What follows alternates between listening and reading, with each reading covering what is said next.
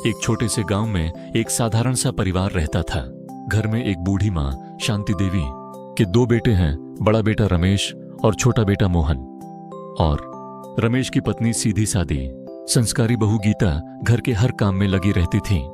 मोहन अभी बहुत छोटा था, 5 साल का, मासूम, घर में सबका लाडला। बहू, तुझे अब अपना ज्यादा ध्यान रखना है। तू अब माँ बनने वाली, इतना काम मत किया करो कि थक जाओ। जब देखो काम करने में लगी रहती हो। नहीं, अब तुम इतना काम बिल्कुल भी नहीं करोगी। ठीक है माँ जी, आपने अपनी दवाई खाई। दवाई खाना तो भूल ही गई बहू, याद नहीं रहा। मेरी ही गलती है, मुझे आपको याद से दवाई खिलानी चाहिए थी। ये लीजिए माँ जी, दवाई खा लीजिए।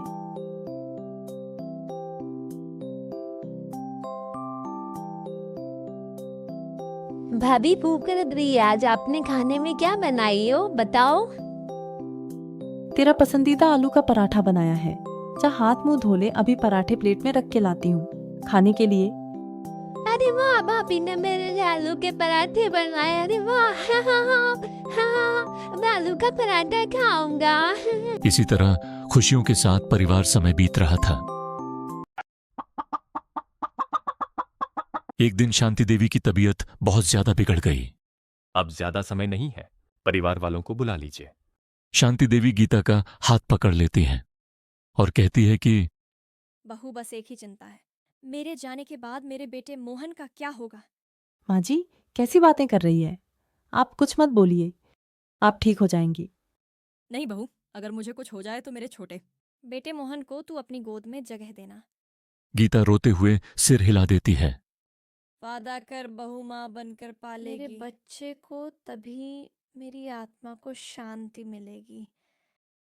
माँ जी, मैं वादा करती हूँ मोहन मेरा ही बच्चा रहेगा। कुछ ही देर बाद शांति देवी इस दुनिया को अलविदा कह गईं। घर में मातम छा गया। मोहन मां से लिपटकर रोता है। गीता उसे सीने से लगा लेती है। गीता मन ही मन में बोलती है, माँ जी, आपको किया हुआ वादा मैं जिंदगी भर निभाऊंगी। समय बीतता गया। गीता ने सच में मोहन को अपने बच्चे की तरह पालना शुरू कर दिया। मोहन को स्कूल छोड़ना, पढ़ाई कराना, खाना खिलाना, सब कुछ गीता करती।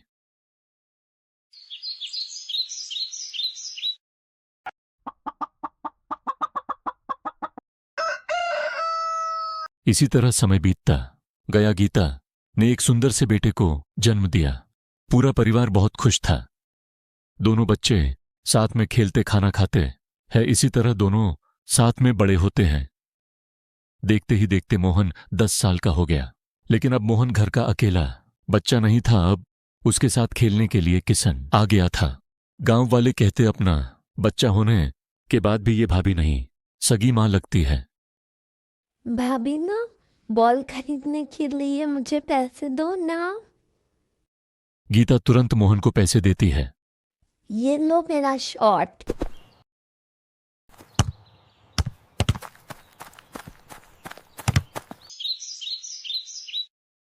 एक दिन गीता की मां कमला देवी गांव आई। कमला देवी को यह रिश्ता पसंद नहीं आया। बहू बनकर रह, माँ मत बन। अपने बच्चे किशन पर ध्यान दे। माँ, ये मेरा फर्ज है। मोहन और किशन दोनों ही इस घर के बेटे हैं। कल को यही लड़का जवान होगा, घर को कंगाल करेगा, तब बैठ के रोने से कुछ नहीं होगा। गीता चुप हो जाती है। कमला देवी धीरे धीरे मोहन के मन में उसकी भाभी के खिलाफ जहर भरने लगती है।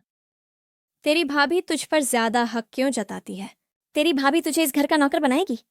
इतना कुछ सुनकर मोहन उलझन में पड़ जाता है। एक दिन मोहन गुस्से में गीता से बोल बैठता है कि आप मेरी माँ नहीं हैं, आप बस भाभी हैं, समझी। गीता मोहन की बातों से टूट जाती है। अगर मैंने कभी माँ बनकर गलती की हो तो माफ कर देना। गीता खुद पीछे हट जाती है। ना डांट, ना लाड, ना हक जताना। मोहन अकेला पड़ने लगता है। एक दिन मोहन को सब सच पता चलता है। तेरी माँ मरते वक्त तुझे गीता की गोद में दे गई थी। एक वचन निभाने के लिए गीता भाभी से माँ बन गई। नहीं तो अपने बच्चे जितना प्रेम स्नेह कौन करता है? मोहन को सब समझ आ जाता है। उसे बहुत पछतावा रोना आता है। मोहन गीता के पैरों में गिर जाता है। उसकी आंखों में पछतावे के आंसू थे। माँ, मुझे माफ कर दो, मैंने आपको बहुत दुख पहुंचाया है।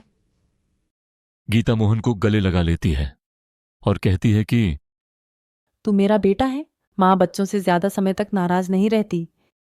रिश्ते खून से नहीं वचन, त्याग और प्यार से बनते हैं। जो रिश्ता दिल से निभाया जाए वही सच्चा होता है। आपको मेरी कहानी कैसी लगी कमेंट जरूर करें।